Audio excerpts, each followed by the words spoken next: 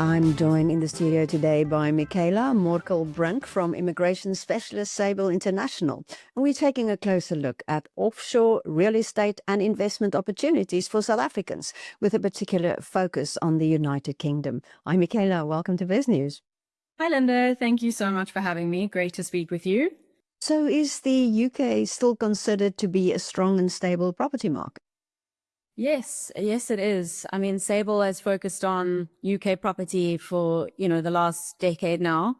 As South Africans, we were very happy to see that there's a lot of positivity in South Africa right now. So we're very encouraged by that. But, being a global company and wanting to advise our clients to have that global reach, we feel like UK property still remains an extremely resilient market.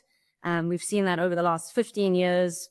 The graph just continues to remain stable and to grow. So, with recent reports coming out from Savills and JLL, they're all predicting, 25% growth over the next 5 years. So we're still encouraged by it. It's a strong product offering that we have.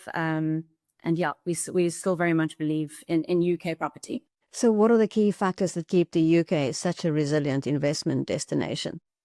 So the biggest thing at the moment is the lack of supply. So the UK government has promised to build 300,000 homes, per year. They are not reaching that at all. They're not coming close. It's more like 70,000 homes at the moment. And this undersupply is now coupled with extreme demand, with immigration. The UK is a destination for people to live and work. And this just causes, that incredible demand has now shifted the market where there's no void periods for properties anymore. Well, at least the properties that we've been dealing with.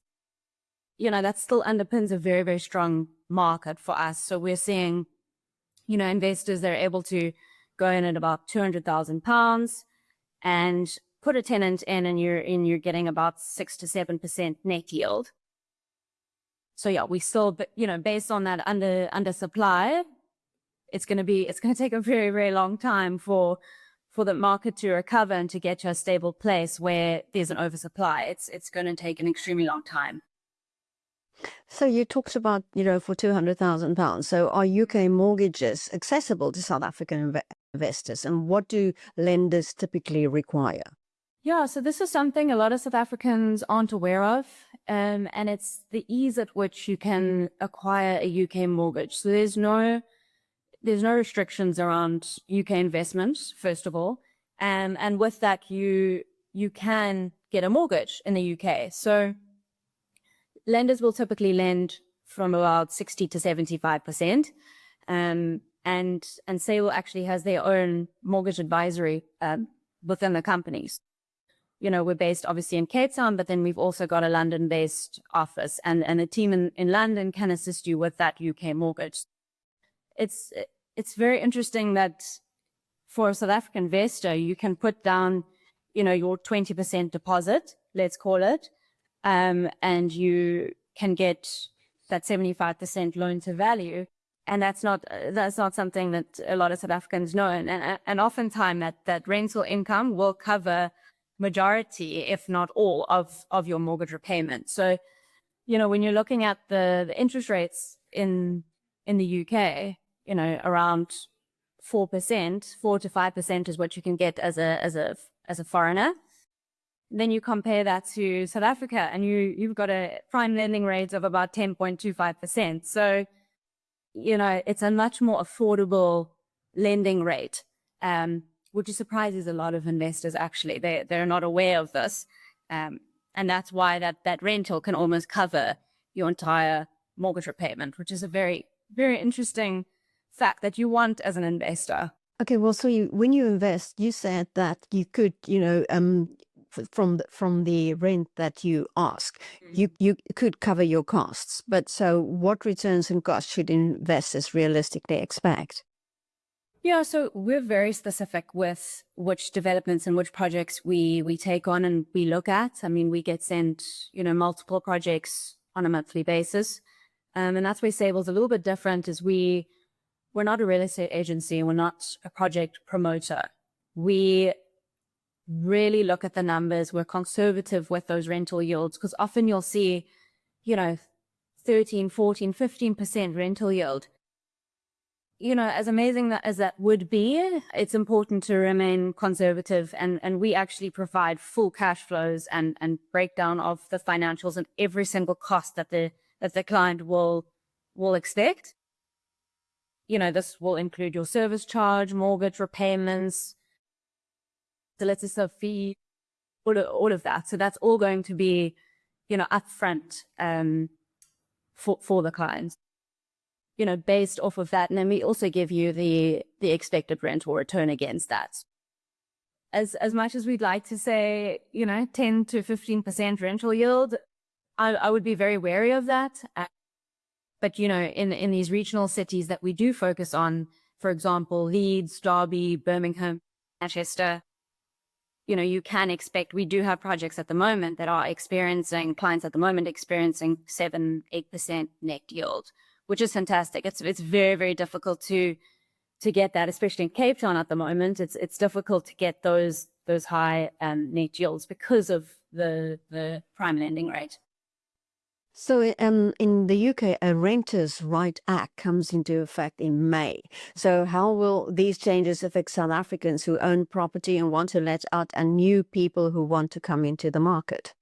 Yeah, I think the biggest thing with that is, whereas before the UK you'd enter into a contract with your tenant for a fixed amount of time.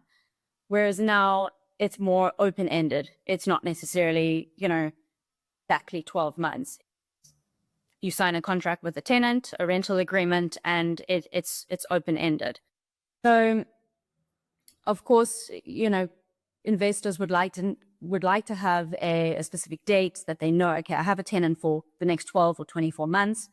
But we don't necessarily see this as too much of an issue, especially in the projects that we're dealing with and the regional cities that we are playing in, because the void periods and the demand for properties in these areas is so high that even if your tenant does decide, okay, cool, I'm moving out, chances are that you're going to find another tenant very, very quickly. So, we aren't too worried about that, and we don't see that affecting the investment or the UK property market too much at this stage. So what is the quality have you found from the renters? Are a lot of them students? In student focused cities, yes, but majority, I would say 80% of our tenant pool that we've been looking at are mostly young professionals. Highly qualified professionals who no longer want to live or can afford to live in the center of London. I mean, the cost of living has just become unachievable. So, that's why we focus on a lot of these other regional cities.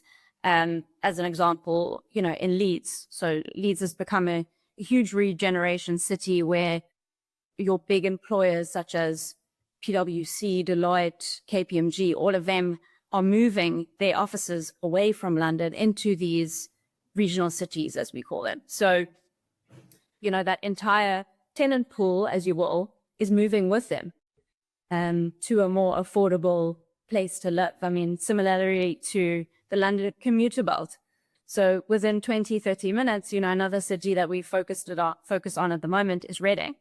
Reading's beautiful. I was there about a month ago visiting one of our new projects that we have with Barclay Group called Reading Riverworks. And it's amazing. I mean, you can be in London Central in 23 minutes.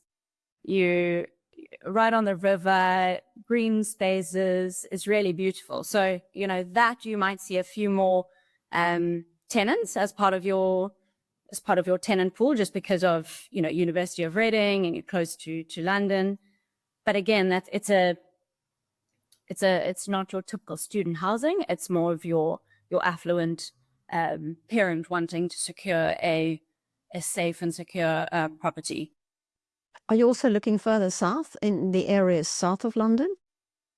Not necessarily.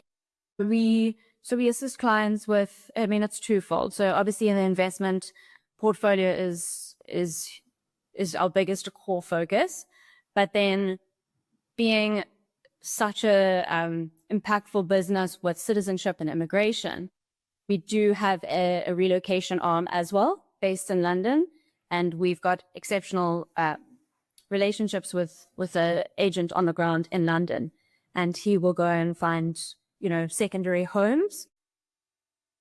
But then, our bigger investment cases are more up north, because that's just where we're seeing the higher rental yields and easier entry points, especially for South Africans. They're not wanting to spend £750,000 plus just for a one-bedroom apartment in London. They'd rather invest, for example, in Birmingham for £250,000 and really maximize that rental yield in pounds. So what is the most common mistake South Africans make when they make these investments? I think, buying a property when you're sitting in South Africa in a different country is extremely daunting. You're getting fed with a lot of information. There's so many different factors to consider. And we spoke about it a little bit earlier with regards to the numbers that are out there and that are being promised.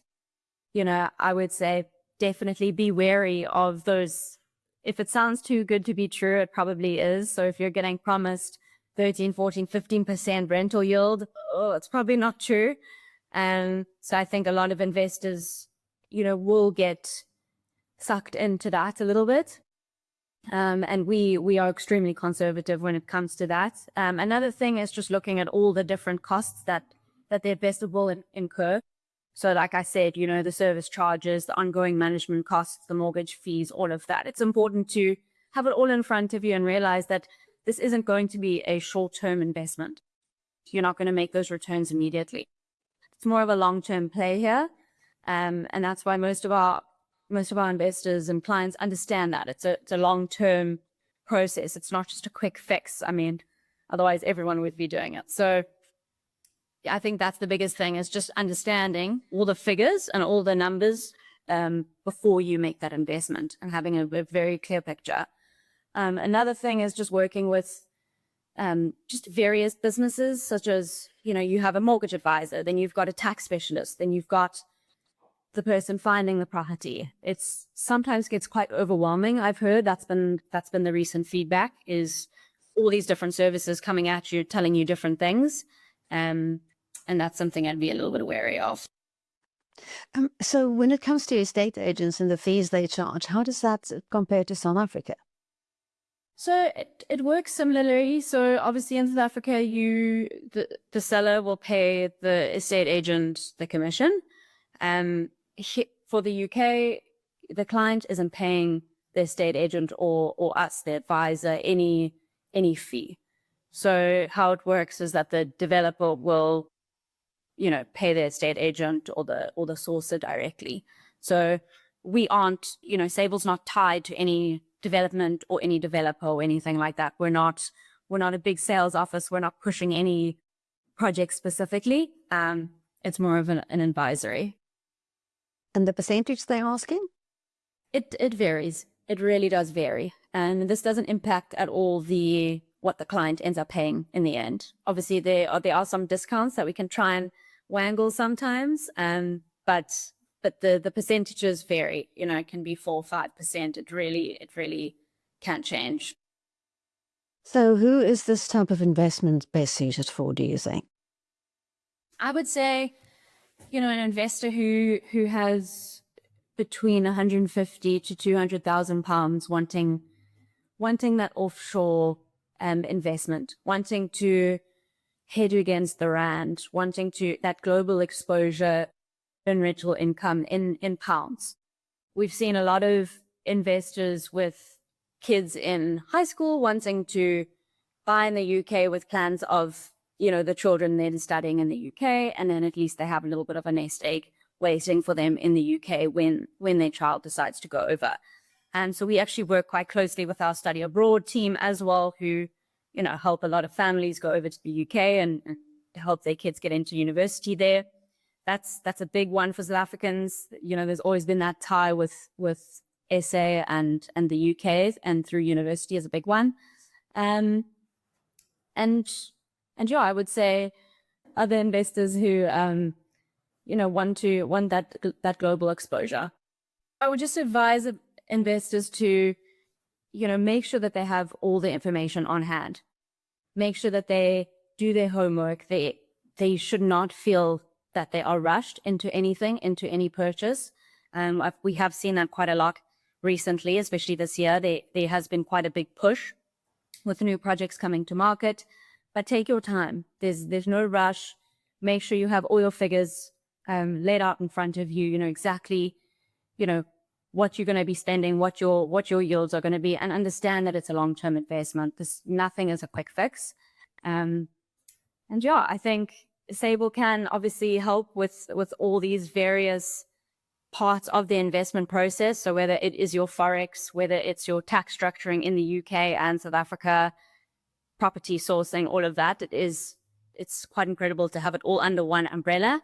So yeah, if anyone would like to discuss that, I'm always around and we can always discuss. Well, Mikayla Morkel-Brink, thank you so much. Thank you so much, Linda. Appreciate that.